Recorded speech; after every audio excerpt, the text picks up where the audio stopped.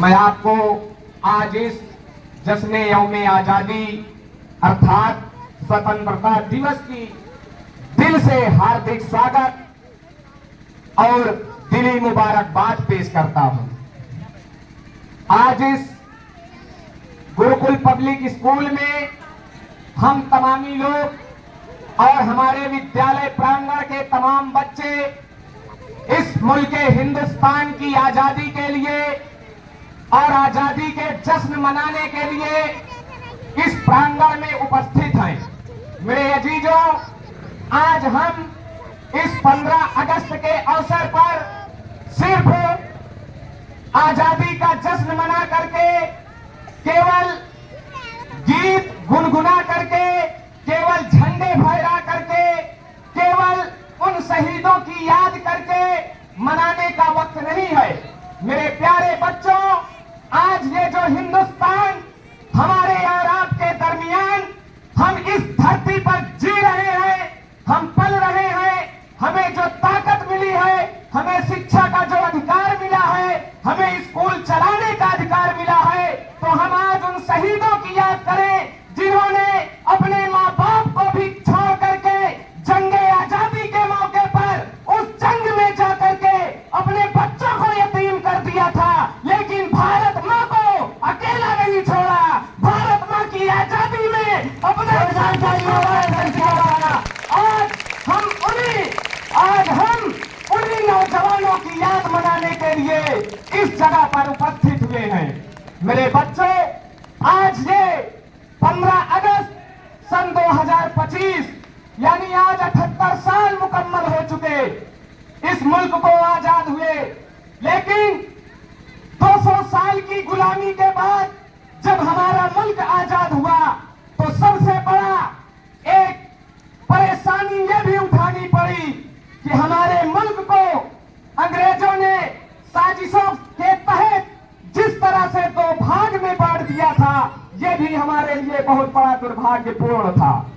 मेरे प्रिय बच्चों, सिर्फ मैं एक आईना दिखाने के लिए और हमारे तमाम अध्यापक गण हैं कि मैं इस मुल्क हिंदुस्तान की आजादी के लिए किस तरह से उन वीरों ने अपना सब कुछ बलिदान करके हम तक ये हिंदुस्तान को पहुंचाया, मैं सिर्फ उसी आईना को चंद मिनट में आपको दिखा रहा हूं कि जब कोई भी नौजवान, कोई भी वीर, कोई भी हिंदुस्तान का परम वीर जब मैदाने जंग में जाता था, उसकी बहनें उसके सामने हुआ करती थी, उसकी माएं उसके सामने हुआ करती थी, उसकी बेटियां उसके सामने हुआ करती थी, उनकी पत्नियां उनके सामने हुआ करती थी, लेकिन किसी ने ये नहीं कहा कि ये मेरे बेटे तुम आजादी के जंग में मत जाओ। क्या बात है यार, किसी माँ ने ये नहीं कहा कि ये मेरे बेटे तुम जंगे आजादी में मत जाओ।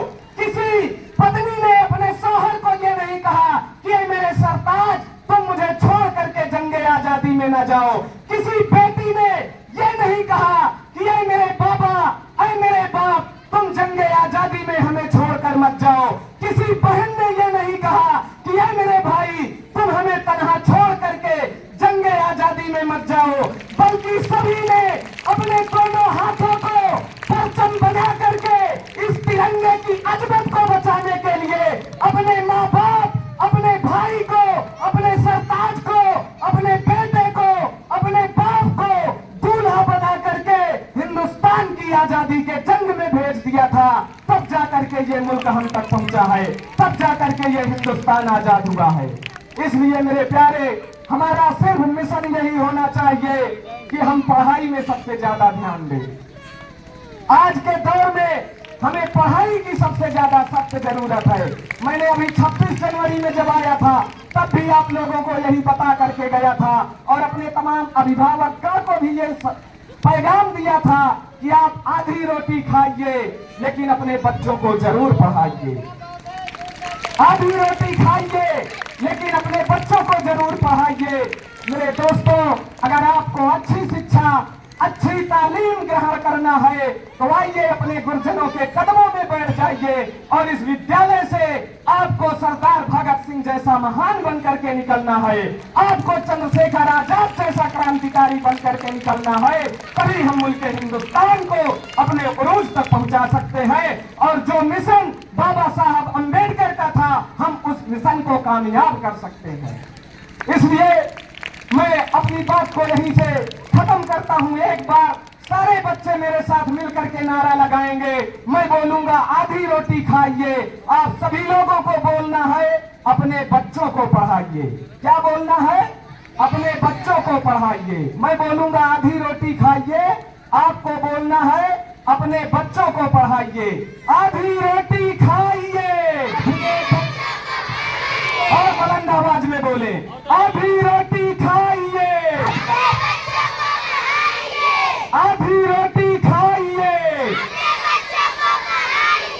आधी रोटी खाइए,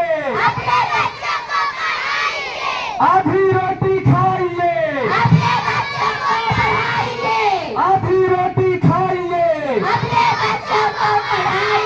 बहुत बहुत धन्यवाद। एक मर्तबा सभी लोग जिंदाबाद जिंदाबाद का नारा लगाएंगे मेरे साथ। हिंदुस्तान जिंदाबाद, बोलिए जिंदाबाद जिंदाबाद। हिंदुस्तान जिंदाबाद,